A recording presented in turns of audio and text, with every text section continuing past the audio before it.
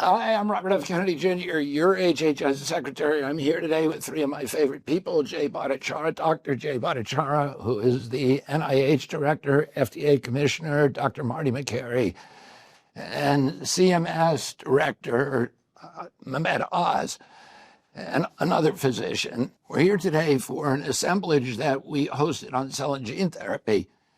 And part of the purpose of this was to assure the community that we are absolutely committed to keeping the United States as the hub of the world of biomedical research. Under our leadership, we're going to make sure the United States of America is the center, remains the center for cell and gene therapy research, for biomedical research in the globe. We also understand that this kind of research is absolutely consistent with the MAHA agenda. These are technologies that cure disease.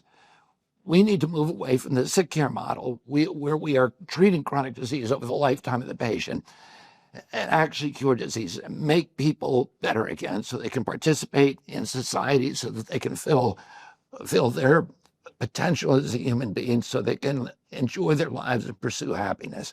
This morning, I had the good fortune of speaking with the family of KJ Muldoon, who is the little baby, the 10-month-old baby who just received the first CRISPR technology. That baby, KJ, was born with a genetic disease that is very, very rare, that stopped him from being able to to metabolize proteins in his liver. And this innovative, 50% of the kids born with disease are dead within a week. And 100% are dead within a short period of time. This child is now 10 months old. I talked to the family. He was sitting up, playing with his sister. That was made possible through NIH research. And we want to make sure that that research continues, that it proliferates. We want to encourage this industry. This industry is our partner in making America healthy again and making our country the healthiest country in the world. So I want to introduce the primary host of this event. Today we're at FDA headquarters at White Oaks, Maryland, and Dr. Marty Makary. Thank you, Mr. Secretary, and I'm glad you had a chance to speak with the parents of baby KJ.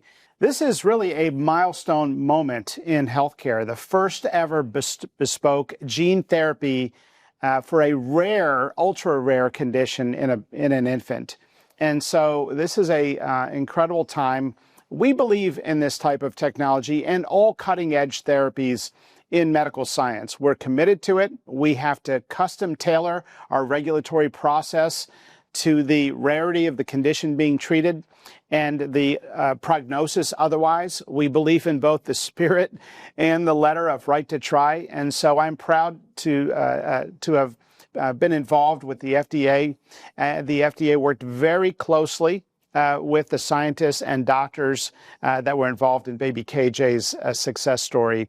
We were glad to see that he left the hospital 2 days ago, and we wish him very well. We're committed to cell and gene therapy, and this is a type of treatment that we need to approach as a team, which is why we're all here together. We have to think about innovative payment reform.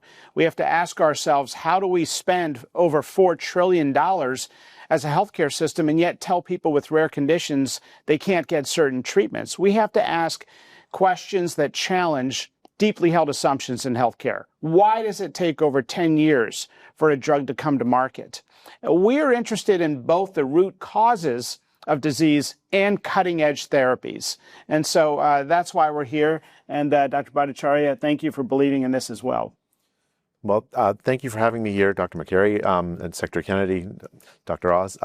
The technologies we're talking about were developed using American taxpayer dollars at the NIH. The fundamental advances that have led to this great success for baby KJ have built on a generation of NIH investments. And I speak, I think, for all of us here, that we remain absolutely committed to invest in the next generation so that these technologies, which right now are doing miraculous things, can be scaled made more inexpensive, and used to address a much wider range of conditions than they currently are. We live in a time of absolute miracles.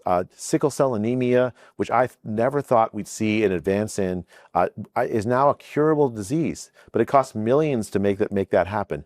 What we need is the next generation of advances, scalable and less expensive and available for everybody. And that's exactly what we're going to be investing in at the NIH. So let me ask you a question. What's a better business model? Is it making a pill that people have to take every single day to treat a chronic illness or manage symptoms, but every day for many, many years? Or is it curing the problem by understanding the root cause and investing significant amounts of capital and technology to actually deal with that issue and curing the ailment so it doesn't actually have to be treated in the future? The first is obviously the better business model, which is why so much money, so much attention goes in that area. And unfortunately, your government, the Health and Human Services and the different agencies that we represent has also been molded to be able to address that type of a model of treating chronic disease. What today's event heralded is a seismic shift in that assumption that we're better off treating chronic disease. Yes, we've got to come up with better business models. We've got to figure out important ways that we give access to folks. For example, to sickle cell anemia, if you've got a cure, but it costs $2 million per child, is it the right thing to do?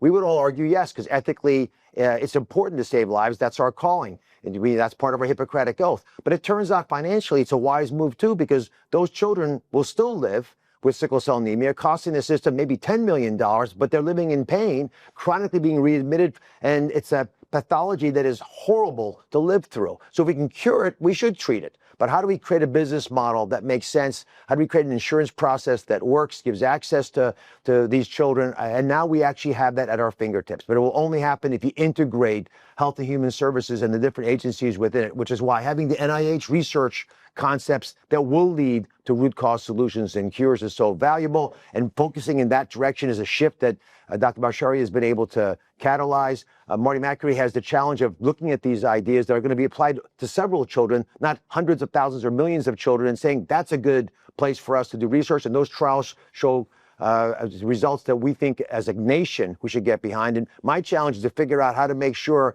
that we have the financial wherewithal and a business model that works to make sure we can do the ethically wise thing and morally uplifting thing, but at the same time take care of the American taxpayers' money. It doesn't happen without a Secretary of Health and Human Services that has cojones. Is that the right word?